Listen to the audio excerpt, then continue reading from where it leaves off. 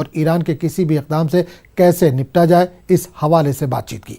इस बातचीत की जानकारी माइक पोम्पियो ने ट्विटर के जरिए दी है। आपको बता दें कि कासिम सुलेमानी के कत्ल के बाद बिन्यामिन नेतन्याहू ने ट्वीट करके अमेरिकी सदर के फैसले का खैर मकदम किया था।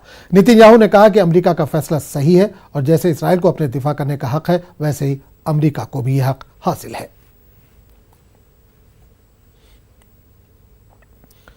इराक के शहर करबला और नजफ अशरफ में कल पासदारान इनकलाब ईरान के कमांडर जनरल कासिम सुलेमानी और हशद अशाबी के डिप्टी कमांडर अबू अल महदी अल महंदिस के नमाज जनाजा के अलग अलग तकारीब मुनक्किद की गई।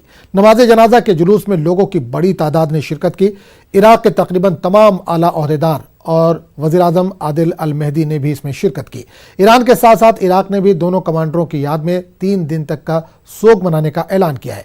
आज कासिम सुलेमानी के जज़्ज़े खाकी को ईरान रवाना किया जाएगा और ईरान के शहर मशहद में इनकी एक और नमाज जनाजा की तकरीब होगी। इसके बाद इनके आबाई इलाके करमान इनके जज़्ज़े खाकी को भेजा जाएगा। आखिर में इनके जज़्ज़े खाकी को तेहरान लाया जाएगा, जहां ईरान के supreme leader Ayatollah Ali Khamenei इनके आखिरी रसूम को अदा करेंगे।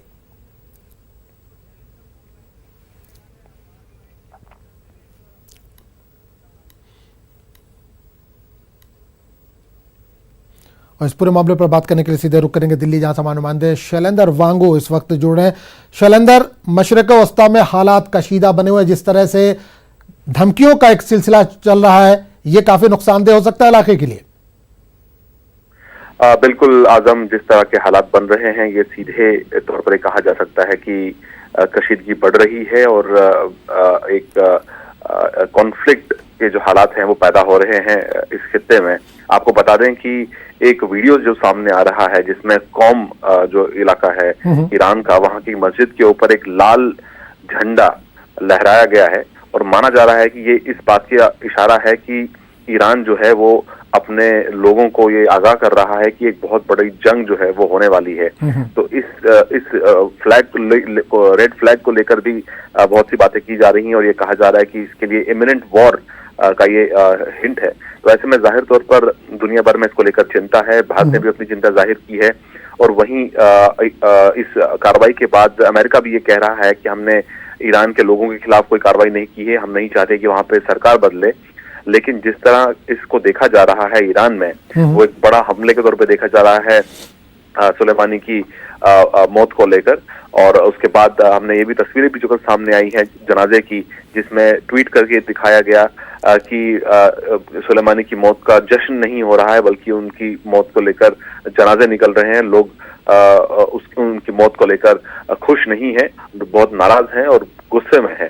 तो ऐसे में जाहिर तौर पर ईरान का अगला कदम क्या होगा ये कहना मुश्किल होगा, लेकिन इसको लेकर दुनिया भर में जो है इजराइल की बात करें, अमेरिका की बात करें, वो अपने सिटीजन्स को लेकर, अपने नागरिकों को लेकर वो लगातार एडवाइजरी जारी की जा रही है। कल बांग्लादेश ने भी अपने सिटीजन्स को कहा है कि वो जल्द से जल्द वो इलाका खाली करें। तो ऐसे में माना जा रहा है कि भारत भी फिलहाल संभल कर चल रहा है इस पूरे हालात को देखते हुए, क्योंकि भारत के भी बहुत से जो नागरिक हैं, जो सिटीजन्स हैं, वो उसी खित्ते में इराक ईरान में काम करते हैं।